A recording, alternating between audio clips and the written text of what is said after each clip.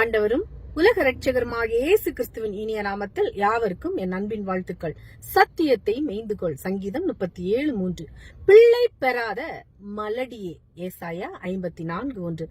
சமீபத்தில் தற்கொலைக்கு முயற்சி செய்த ஒரு சகோதரியை சந்தித்தேன். நீங்கள் ஏன் தற்கொலைக்கு முயன்றீர்கள் என்று நான் அவர்களை பார்த்து கேட்டபொழுது அவர்கள் இப்படியாக சொன்னார்கள். எனக்கு திருமணம் நடந்து 10 வருடங்கள் ஆகிவிட்டது. இன்னும் எனக்கு குழந்தை பாக்கியம் இல்லை. இதனால் நான் பெரிய அவமானங்களை சந்தித்து விட்டேன்.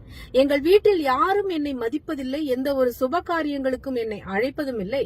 நான் ரோட்டிலே நடந்து போனாலும் கூட என்னை பார்க்கிறவர்கள் ஒதுங்கி போகிறார்கள். என்னை பார்க்கிறவர்கள் எல்லோரும் ஏதோ அபசகுணம் நடந்து விட்டதை போல சிந்திக்கிறார்கள். இதைவிட கொடுமை என்னவென்றால், இப்பொழுது என் கணவருக்கு வேறொரு பெண்ணை திருமணம் செய்ய பெண் பார்த்து கொண்டிருக்கிறார்கள். நான் என்ன செய்ய முடியும்? இனி நான் வாழ்ந்து என்ன பிரயோஜனம்? பிள்ளை பேறு இல்லை என்ற ஒரே காரணத்துக்காக இத்தனை அவமானங்களையும் துன்பங்களையும் நான் சந்தித்து வருகிறேன். ஆகையினால் நான் தற்கொலைக்கு முயன்றேன் என்று சொன்னார்கள்.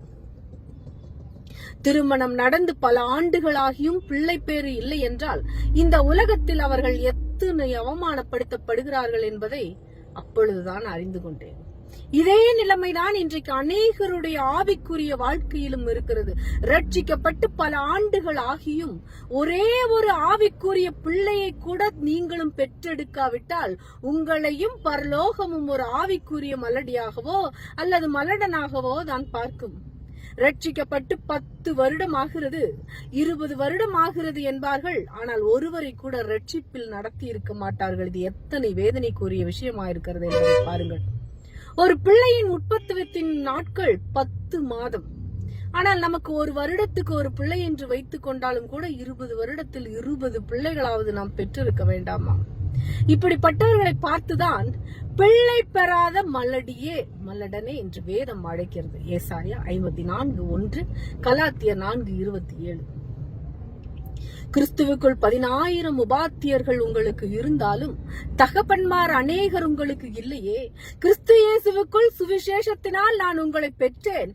ஆகையால் என்னை பின்பற்றுகிறவர்களாகுங்கள் என்று உங்களுக்கு புத்தி சொல்லுகிறேன். 1 கொரிந்தியர் 4:15-16. அப்போஸ்தலனாகிய பவுல் சொல்லி இருக்கிறார்.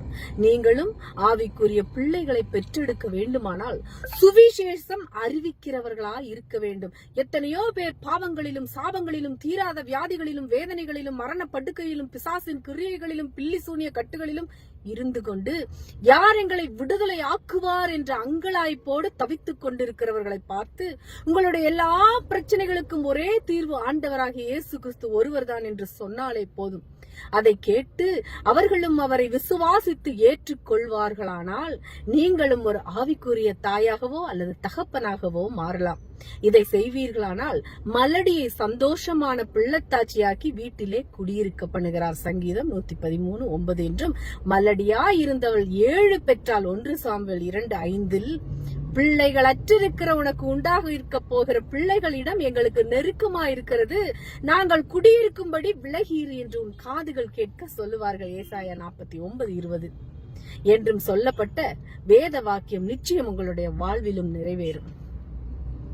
வேதத்திலே அநேக ஆண்டுகள் மலடிகளாயிருந்து பிறகு பிறந்த பிள்ளைகள் அறிய பெரிய காரியங்களை செய்திருக்கிறார்கள்.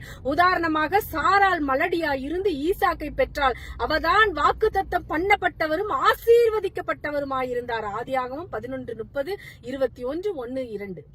மனோவாவின் மனைவி மலடியாயிருந்து சிம்சோனை பெற்றால். அவர்தான் பரிசுத்தாவியினால் வல்லமையால் பயன்படுத்தப்பட்டவராயிருந்தார். நியாயாதிபதிகள் 13:2-3. அன்னாள் மலடியாய் இருந்து சாமுவேலை பெற்றால். அவர்தான் இஸ்ரவேலில் மிகப்பெரிய தீர்க்கதரிசியாயிருந்தார். 1 சாமுவேல் 1:1-20 வரை. எலிசபெத் மலடிகளாய் இருந்து யோவான் ஸ்நானகனை பெற்றால். அவர்தான் எரிந்து பிரகாசிக்கிற விளக்காக இருந்து நம் ஆண்டவராகிய இயேசு கிறிஸ்துவுக்கு வழியை ஆயத்தம் பண்ணுகிறவராக இருந்தார். லூக்கா 1:7, யோவான் 5:34-35. மேலும் ஈசாக்கின் மனைவி ரெபேக்காள். ஆதியாகமம் 25:21. யாக்கோபின் மனைவி ராகேல். ஆதியாகமம் 30:1-2. எலிசாவுக்கு உதவியாய் இருந்தது சுனேமியாள். 2 ராஜாக்கள் 4:15. இப்படி இன்னும் அநேக சாட்சிகளை சொல்லிக் கொண்டே போகலாம். ஒருவேளை உங்களுடைய ஆவிக்குரிய பிள்ளைகளை கூட பிற்காலத்தில் அப்போஸ்தலராகவோ தீர்க்கதரிசிகளாகவோ சுவிசேஷர்களாகவோ மேய்ப்பர்களாகவோ போதகர்களாகவோ தேவன் பயன்படுத்தலாமே. யாருக்கு தெரியும்? உலகத்தை கலக்குகிற தேடுகிறவர்கள் உங்களுக்குள்ளேயும் இருக்கலாம் அல்லவா?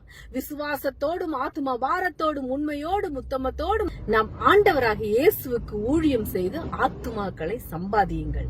தேவன் தாமே இந்த வார்த்தைகளின் மூலம் உங்களை ஆசீர்வதிப்பாராக. ஆமேன். அல்லேலூயா. Praise God.